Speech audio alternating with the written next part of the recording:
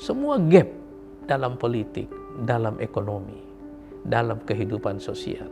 Pada dasarnya itu adalah sifat melenceng dari fitrah dasar kita semuanya.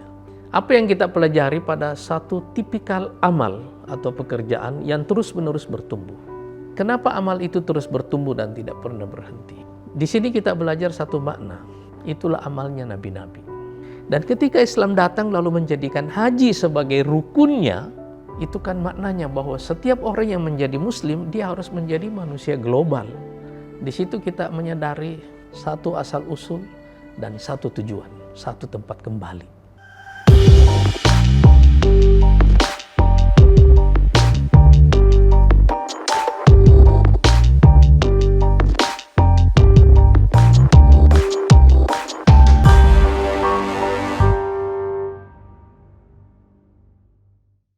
Peristiwa haji ini selalu akan menjadi sumber ilham dan inspirasi yang tidak pernah habis. Baik bagi para pelakunya atau yang melakukan ibadah haji, maupun bagi orang yang melihatnya dari luar.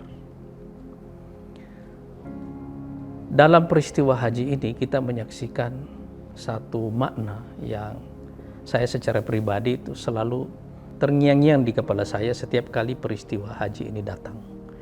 Baik ketika saya melakukan ibadah haji maupun setiap tahun ketika saya menyaksikan bagaimana peristiwa haji ini berlangsung. Yaitu makna yang terkandung dalam doa Nabi Ibrahim. Beliau mengatakan, Rabbana inni askantu min dzurriyyati biwadin ghairi dzi zar'in inda baitikal muharram. Rabbana liyuqimus shalah faj'al af'idatan minan nasi tahwi ilaihim warzuqhum minas samarat la'allahum yashkurun. Dalam doa ini ada statement pendahuluannya ketika Nabi Ibrahim mengatakan, ya Allah, saya telah membawa keluargaku dan keturunanku ke lembah ini, lembah yang tidak ada tumbuhan yang tumbuh di situ sama sekali. Ya Allah, hendaklah atau jadikanlah mereka sebagai orang-orang yang mendirikan sholat, dan titiplah kerinduan, keinginan dalam hati manusia untuk selalu ingin datang ke tempat itu, ke tempat yang tadinya tidak ada satupun tumbuhan yang tumbuh di situ. Dan karuniahilah mereka dengan rezeki berupa buah-buahan dan yang banyak. Semoga mereka bersyukur. Coba kita tarik ke belakang dalam satu imajinasi yang dihubungkan dengan lini masa. Ketika lembah itu hanya berisi 3 orang manusia, yaitu Nabi Ibrahim, istrinya Hajar, dan putranya Ismail. Bayangkanlah sebuah gurun yang kering, ya. Tandus, tidak ada tumbuhan di situ, tidak ada kehidupan di situ sama sekali. Itu ribuan tahun yang lalu. Tapi kemudian Nabi Ibrahim berdoa, ya Allah, titiplah kerinduan, keinginan dalam hati manusia untuk datang ke tempat itu. Apa yang ada dalam bayangan Nabi Ibrahim ketika beliau menyampaikan doa itu? Bahwa suatu waktu, setiap tahun, peristiwa haji ini akan menjadi momentum yang mengingatkan kita semuanya bagaimana doa Nabi Ibrahim itu terus-menerus terkabul dan tidak pernah selesai sampai hari kiamat. Dan orang-orang yang menunaikan haji dari waktu ke waktu terus-menerus bertambah. Apa karunia pertama yang diperoleh oleh Nabi Ibrahim dalam peristiwa itu? Air. Zam-zam, pertanda kehidupan. Air, pertanda kehidupan, itu yang membuat kita bersatu. Atau dengan kata lain, sumber kehidupan ini yaitu air, menyatukan kita semuanya. Dan ini adalah air yang merupakan satu mukjizat Allah Subhanahu wa taala, karena ini adalah air yang tidak pernah habis. Di sini kita belajar satu makna, bagaimana satu amal itu berkembang dari kecil menjadi besar dalam lini masa yang panjang sekali itu. Apa yang kita pelajari pada satu tipikal amal atau pekerjaan yang terus-menerus bertumbuh. Itulah amalnya nabi-nabi. Al-amalun nabawi. Amal-amal nabi itu mempunyai satu ciri, yaitu terus-menerus bertumbuh dan tidak pernah berhenti. Kenapa amal itu terus bertumbuh dan tidak pernah berhenti? Karena dari awal asasnya adalah niat yang benar. Asasnya adalah iman yang benar. Asasnya adalah akidah yang benar. Jadi semua amal dengan niat yang baik, semua amal akidah, semua amal iman itu mempunyai satu ciri, yaitu dia punya sifat seperti pohon yang terus-menerus bertumbuh dan tidak pernah selesai. Jadi kalau kita menyaksikan ibadah haji setiap tahun atau kita melakukan ibadah haji, bayangkanlah bahwa pada mulanya ada seseorang yang berdoa supaya Allah menitipkan rindu pada semua orang untuk datang ke tempat itu, supaya Allah menanamkan keinginan pada semua orang untuk datang ke tempat itu.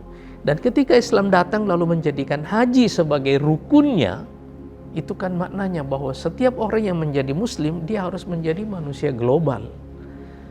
Dari manapun dia berasal, begitu dia menjadi seorang muslim, dia mempunyai satu kewajiban untuk datang ke tempat itu.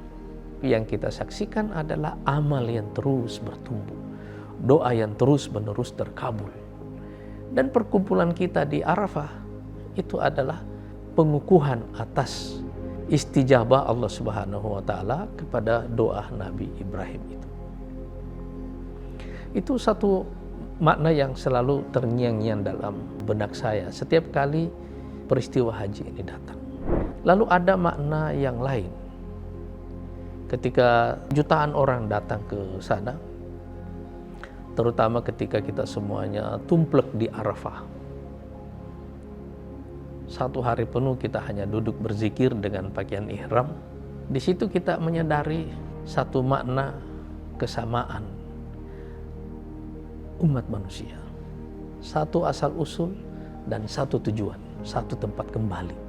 Makna kesamaan ini menjadi satu nilai penting dalam Islam tentang juga makna kesetiakawanan sosial, tapi juga makna keadilan sosial. Semua orang yang datang ke sana, baik yang datang dengan fasilitas haji biasa ataupun dengan fasilitas yang paling mewah, yang paling eksekutif, pada dasarnya begitu kita memakai pakaian ihram, kita semuanya tunduk dan terbawa dalam memori kita yang sangat kuat atau persepsi kita yang sangat kuat sebagai manusia biasa.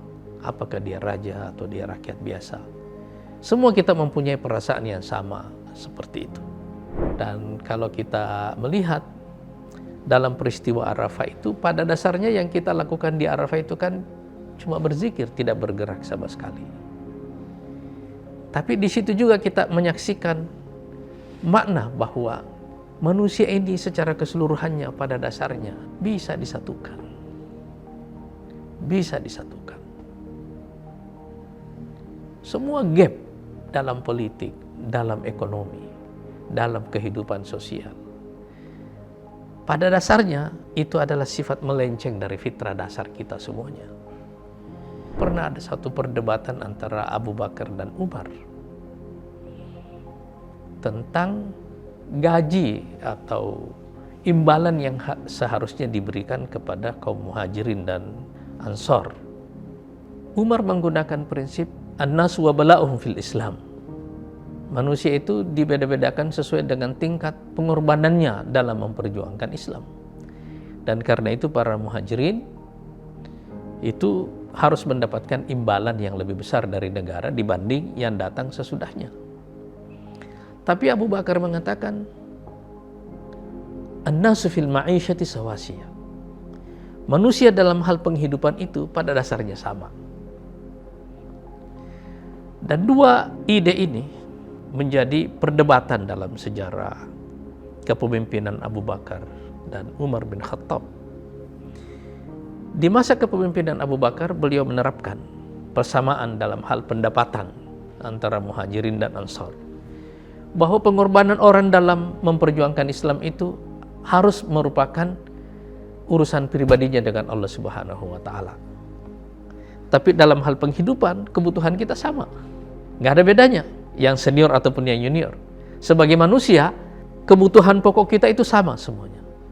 Dan karena itu, atas asas persamaan itu, Abu Bakar memaknai keadilan itu ya kalau mereka diberikan rata begitu.